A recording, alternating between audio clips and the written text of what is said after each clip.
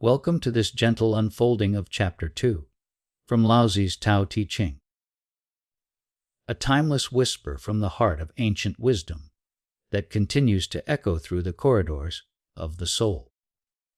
If Chapter 1 invited us to stand at the threshold of the mystery, gazing into the formless Tao with humble awe, Chapter 2 beckons us deeper. It is here that we begin to see how this eternal way weaves itself into the fabric of the world. Through the dance of opposites, the quiet power of non-action, and the profound simplicity of living without claim. This is no mere philosophy, it is a spiritual map.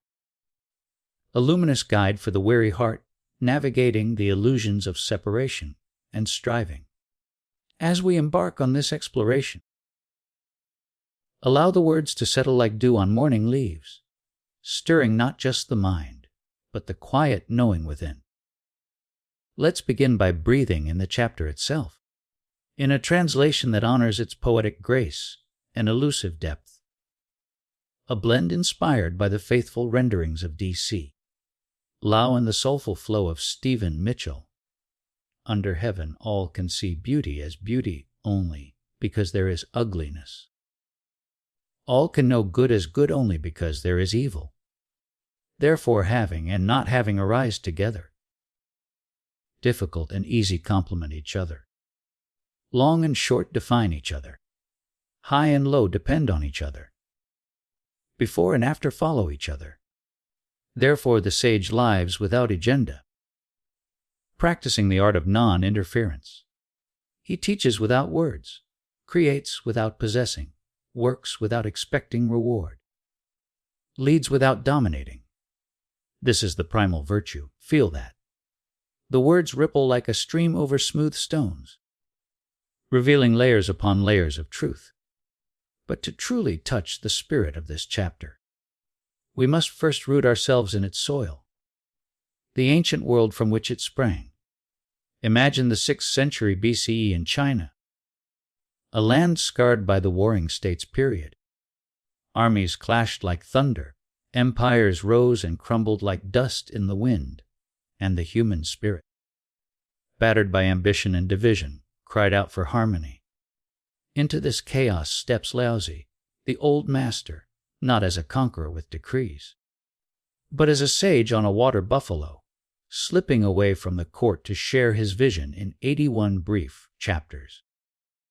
The Tao Te Ching, the Book of the Way, and its power, was born not in opulent halls, but in the quiet observation of nature's effortless flow. The river carving canyons without force, the tree bending in the storm without breaking. Taoism, in its essence, is a return to this primal rhythm, a rejection of the artificial hierarchies that fracture the soul. Chapter 2 builds directly on the first. If the Tao is the nameless mystery beyond words, then here it manifests in the named world of duality, showing us how to dwell in unity amid apparent separation. It is a chapter of reconciliation, a spiritual balm for a divided heart, reminding us that true power lies not in domination, but in surrender to the whole. Let us now linger on the opening lines, for they are the chapter's heartbeat. Under heaven, all can see beauty as beauty only because there is ugliness. All can know good as good only because there is evil.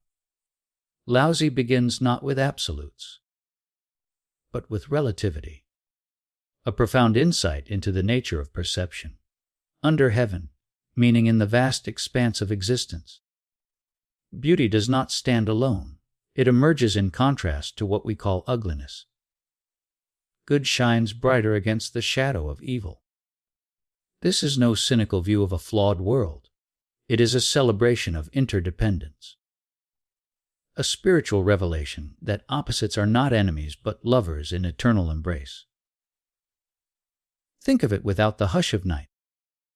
The dawn's light would lose its magic.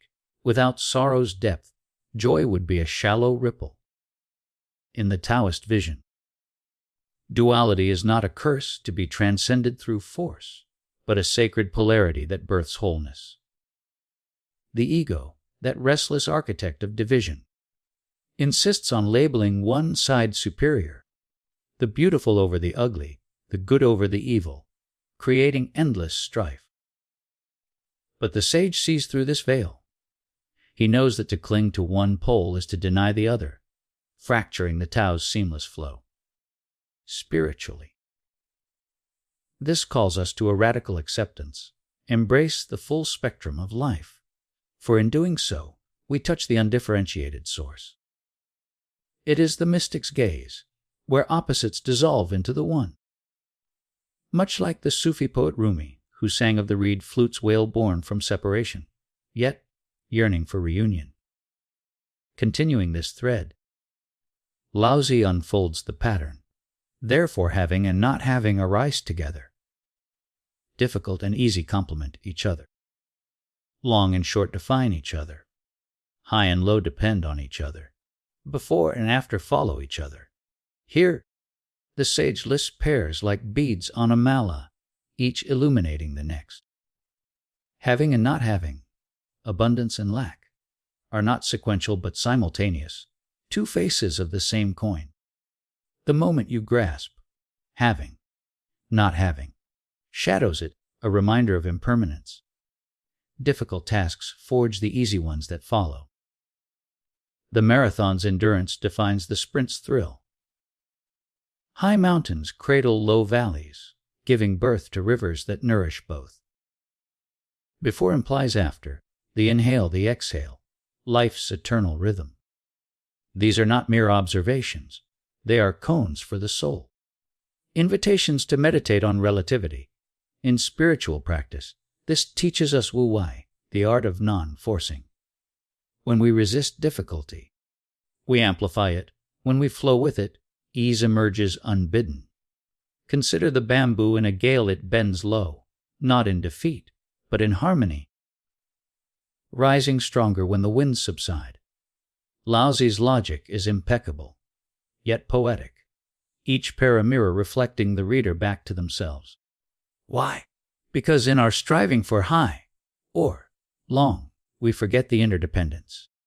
The spiritual aspirant, lost in the illusion of self-sufficiency, suffers.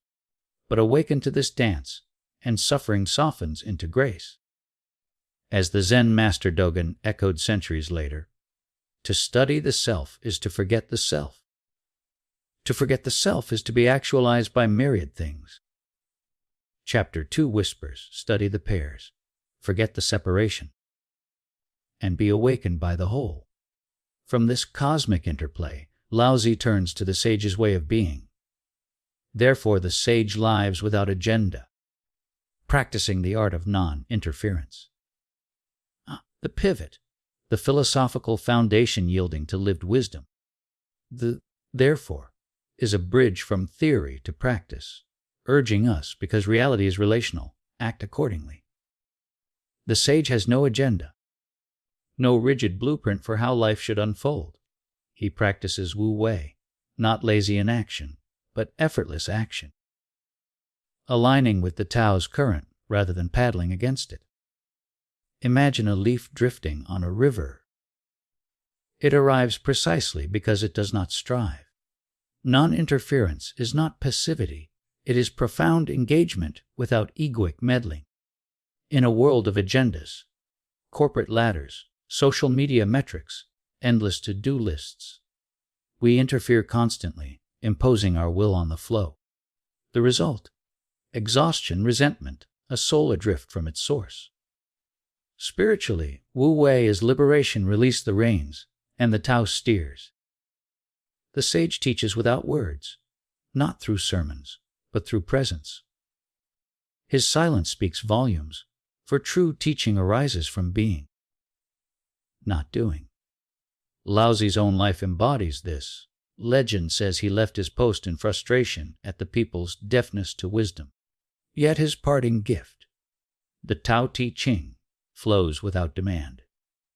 In our practice, this means listening more than speaking, allowing others' truths to unfold without correction. It is the mother watching her child stumble into walking, intervening only when needed. Here, spirituality deepens into compassion by not interfering. We honor the sacred autonomy in all things, fostering growth from within. Deeper still, he creates without possessing, works without expecting reward, leads without dominating. These lines pulse with the primal virtue, the inner power that radiates without fanfare.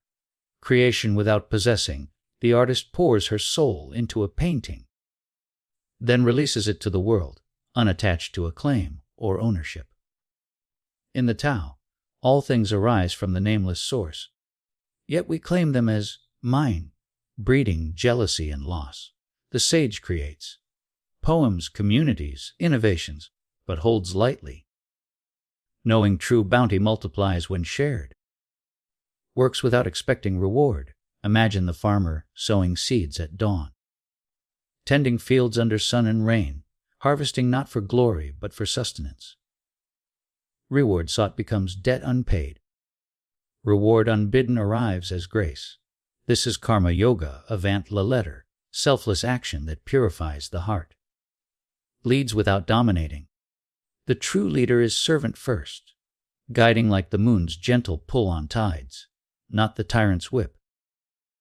Domination fractures. Subtle influence unites.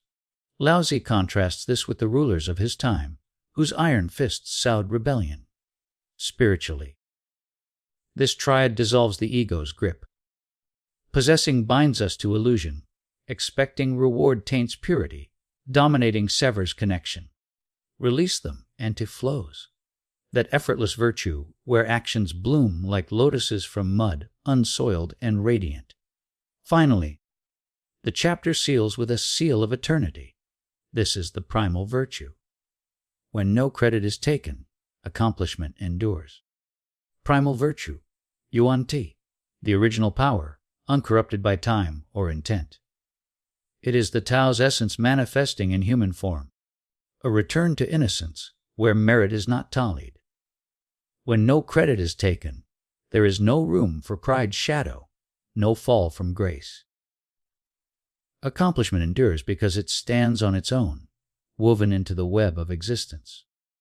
Think of the great rivers that carve grand canyons not for applause, but through persistent, unassuming flow. Their legacy outlives empires. In spiritual terms, this is moksha, enlightenment, not a badge to wear, but a dissolution into the infinite. The one who claims credit fragments the whole. The humble vessel allows the river to pour through. Laozi's wisdom here is a thunderclap in silence. True legacy is anonymity in service to the way.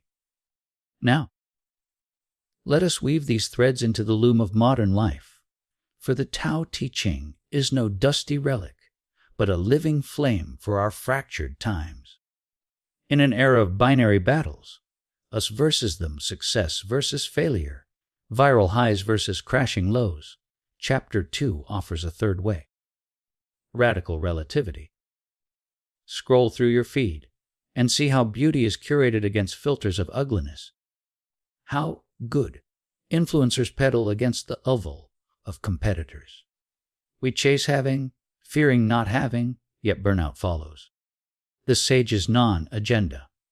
A balm for the over-scheduled soul. Start small in a meeting. Listen without plotting your retort. Parent without scripting outcomes. Love without possessions chains.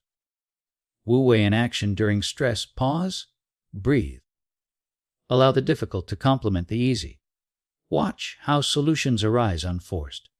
Spiritually, this chapter is a meditation on non-duality. Echoing Advaita Vedanta's neti neti, not this, not that, yet celebrating the play of Maya. The opposites are the divine Leela, the cosmic game. Resist, and you're trapped. Flow, and you're free. Practices abound yin, yang visualization, holding breaths before and after. Journaling pairs in your life, joy and grief, and noting their dance. In relationships, honor high and low. Celebrate another's rise without envy, support their fall without judgment. Leadership, embody the sage mentor without ego. Innovate without patents on praise. And in solitude, cultivate through nameless acts, anonymous kindnesses that ripple outward. Yet, let us delve deeper into the heart's terrain. What if this chapter is a mirror to the soul's hidden wounds?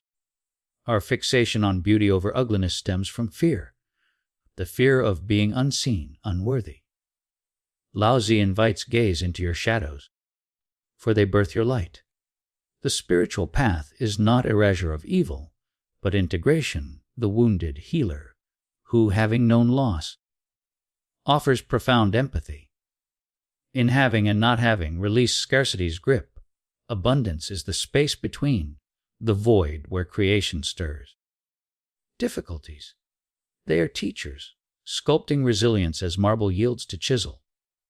High and low in humility's valley, wisdom's peak awaits. Before and after every ending a prelude to rebirth. Consider the sage not as distant icon, but as archetype within. Laozi's he is genderless in spirit, inviting all to this way. The feminine T, receptive and yielding, balances the masculine drive. In a patriarchal world still echoing, this non-domination heals lead as Mother Earth, nurturing without conquest. And the primal virtue, it is our birthright, obscured by culture's clamor. Reclaim it through silence, sit in zazen, allow thoughts parade without claim. Walk in nature, witness interdependence without narration. As accomplishment endures sans credit, so does the soul's quiet evolution, unseen growth, eternal bloom. Philosophically, Chapter 2 anticipates Heraclitus' unity of opposites. Hegel's dialectic, even quantum entanglement where particles define through relation. Yet Laozi grounds it in lived spirituality. The Tao is not abstract, but the breath between beats. Critiques.